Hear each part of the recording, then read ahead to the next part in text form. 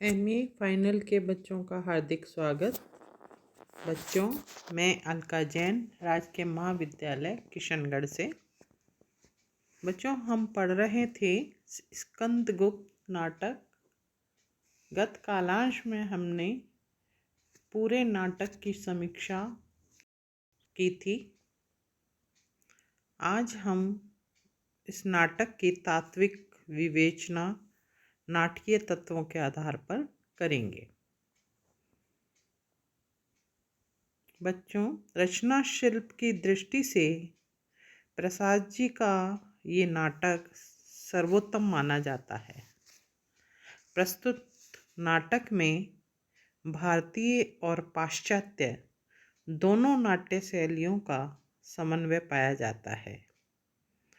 यदि यहाँ हम पाश्चात्य का की ओर देखें तो वहाँ उसका संघर्ष पाया जाता है और भारतीय रस निष्पत्ति के दर्शन भी सुलभ हैं। प्रस्तुत नाटक की कथा वस्तु भी ऐतिहासिक और सुंदर बन पड़ी है। प्राचीन काल से कथा वस्तु विवेचन के 6 तत्व माने जाते हैं। अब अभिनेता को लेकर भी 7वां तत्व माना जाने लगा है। अग्रिम हम इन पंक्तियों में इन्हीं बातों में विवेचन में हम इन्हीं तत्वों के आधार पर नाटक का विवेचन करेंगे। बच्चों, हम सबसे प्रथम तत्व कथा वस्तु के आधार पर इस तत्व की विवेचना करेंगे, इस नाटक की विवेचना करेंगे। नाटक का प्रथम तत्व कथानक है, जिसके आधार पर संपूर्ण नाटक का भव्य प्रासाद खड़ा किया जाता है। इसके अभाव में नाटक की रचना संभव नहीं है। नाटक के अन्य तत्व इसी पर विकास पाते हैं। कथा वस्तु की घटना में प्रवाह, गति, जिज्ञासा और रोचकता का गुण आवश्यक है।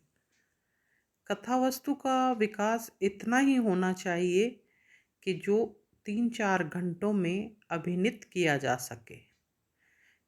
हम अगर पाश्चात्य विद्वान की दृष्टि से देखें तो कथा वस्तु की 5 अवस्थाओं में उसको विभक्त किया गया है। पहला है प्रारंभिक अवस्था, फिर है संघर्ष का विकास, फिर है चरम सीमा और फिर संघर्ष का अंत और उपसंहार। भारतीय विद्वान इसे प्रारंभ, प्रयत्न, प्राप्ताक्षा, नियताप्ति और फलागम इन नाम से अभिहित करते हैं। प्रस्तुत नाटक में 5 अंक में इन कार्य व्यवस्थाओं का स्पष्ट ज्ञान हो जाता है। प्रथम अंक में सभी प्रमुख पात्रों का परिचय और उनकी मौलिकता का निदर्शन, कुलशील का स्पष्ट निर्देश, उनकी मनोवृत्ति का परिचय और मूल समस्या गुप्त साम्राज्य और आर्यव्रत के सम्मान की रक्षा का आभास भी हो जाता है। साध्य या फल का ज्ञान भी हो जाता है। इसका साध्य गृह कलह की शांति और राष्ट्र गौरव की रक्षा है। नाट्यकार ने प्रथम अंक में ही बड़ी सावधानी के साथ साध्य विषय की विषमताओं का परिचय दे दिया है। गुप्त साम्राज्य की गंभीर स्थिति, सम्राट की विलास भावना, गृह कलह, स्कंदगुप्त की साम्राज्य विषयक उदासीनता, वीरसेन की असामयिक मृत्यु, बर्बर हूणों के आक्रमण, अनंत देवी भट्टार का कुचर्क चक्र आदि साध्य प्राप्ति के मार्ग की बाधाएं हैं। तो स्कंदगुप्त पर इन सब का अनुकूल प्रभाव और उसका उत्साह के साथ मालव की रक्षा में लग जाना साधन है। यह स्थल लक्ष्य साधन का सुंदर पड़ाव भी प्रमाणित होता है।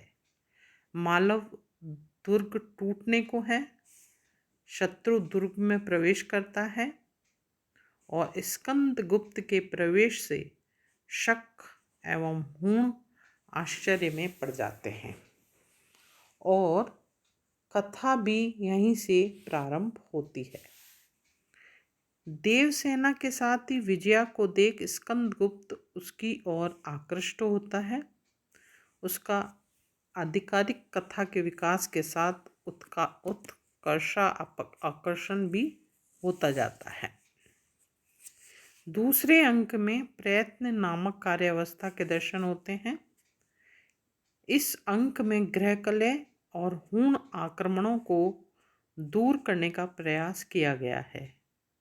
ग्रहकलह के कारण अनंत देवी और भट्टारक इन कार्यों से जो है पाठक प्रथम अंक में परिचित हो चुके हैं। वे देवकी की हत्या करने का प्रयास करते हैं। स्कंद उचित समय पर पहुंचकर उसकी रक्षा करता है और इस प्रकार षड्यंत्र पर नियंत्रण करता है। दूसरे के लिए वह अवनति में राजाधिकार प्राप्त करता है। इस अंक की प्राप्ति भी प्रथम की भांति अति प्रभावशाली है।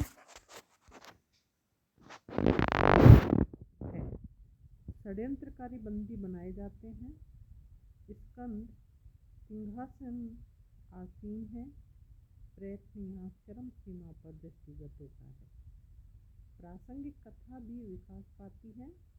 विजया स्कंद के प्रति अपना प्रेम स्वीकार करती है, किंतु स्कंद के वैराग्य से वह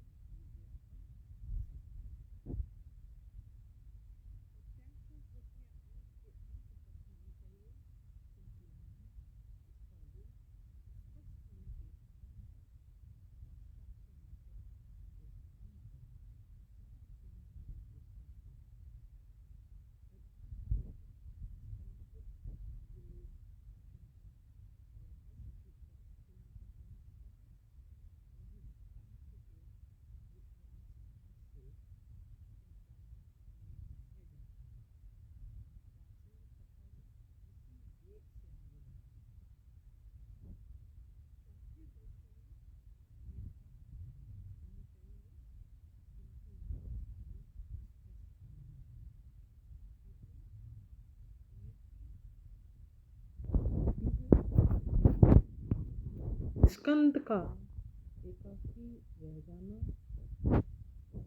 देवकी की मृत्यु, धर्म संघों का विरोध हो जाना, सामाजिक शक्ति का विघटित हो जाना इसी स्थिति के परिचायक हैं। किंतु विरोधियों की फूट, विजयावंश देवी का विरोध, सर्वनाश का विजया पर प्रभाव, माता की फटकार से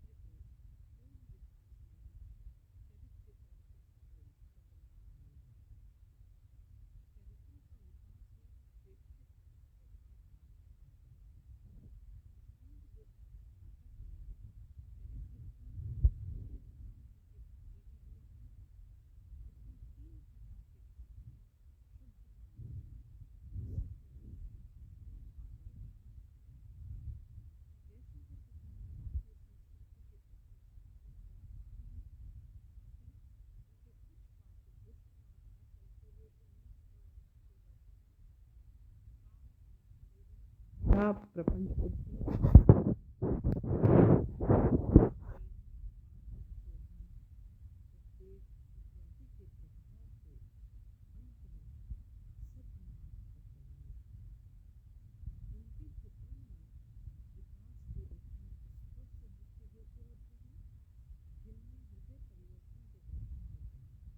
इस नाटक में सर्वनाम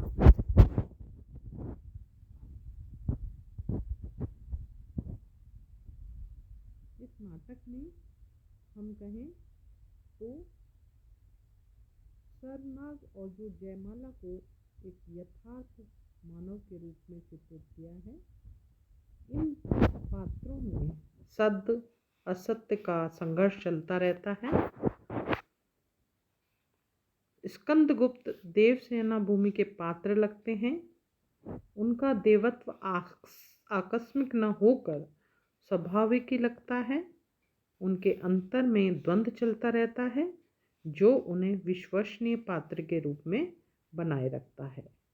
इस प्रकार इन पात्रों में स्वाभाविकता और सजीवता पाई जाती है जो नाट्यकार की सफलता की द्योतिकाएं हैं। कथोपकथन की दृष्टि से देखें तो इस आधार पर इसके जो संवाद हैं वो बहुत ही सटीक और जो है पात्रानुकूल हैं। नाटक में प्रत्येक तथ्य या बात उसके माध्यम से ही प्रेक्षकों तक पहुंचाई जाती हैं। उनकी सहायता से ही पात्र मनोभावों की अभिव्यक्ति में सफल होते हैं। इनसे कथावस्तु का विकास होता है, उसमें सजीवता और समरसता का समावेश किया जाता है और ये पात्रों के मनोवेगों का उद्घाटन करके चरित्र चित्रण में सहायक होते हैं। ये संक्षिप्त होने चाहिए। तर्क वितर्क में फंसे लंबे संवाद निरस्ता उत्पन्न करते हैं, अतः संवाद सरल, सुबोध, संक्षिप्त, नपेतुले और स्वाभाविक होने चाहिए। प्रसाद के इस नाटक में अंत नाटकों की भांति गुण दोषपूर्ण संवादों के दर्शन होते हैं। इस नाटक के प्रारंभ में ही संवाद शील स्वभाव की व्यंजना करते हैं।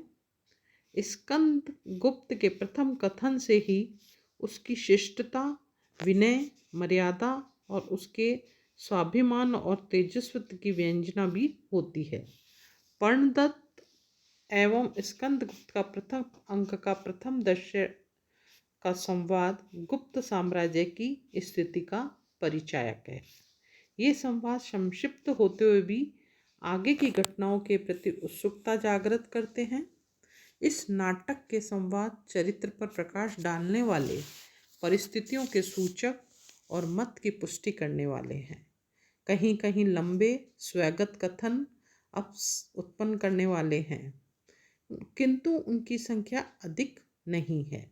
संक्षेप में हम इस प्रकार कह सकते हैं कि स्कंदगुप्त नाटक के संवाद संक्षिप्त, सरल और अत्यंत ही प्रभावशाली व हृदयग्राही बन पड़े हैं। तो बच्चों, हमने कथोपकथन और कथानक की दृष्टि से इसकी विवेचना की। आगे हम अन्य तत्वों के आधार पर चर्चा करेंगे अगले अंक में। धन्यवाद।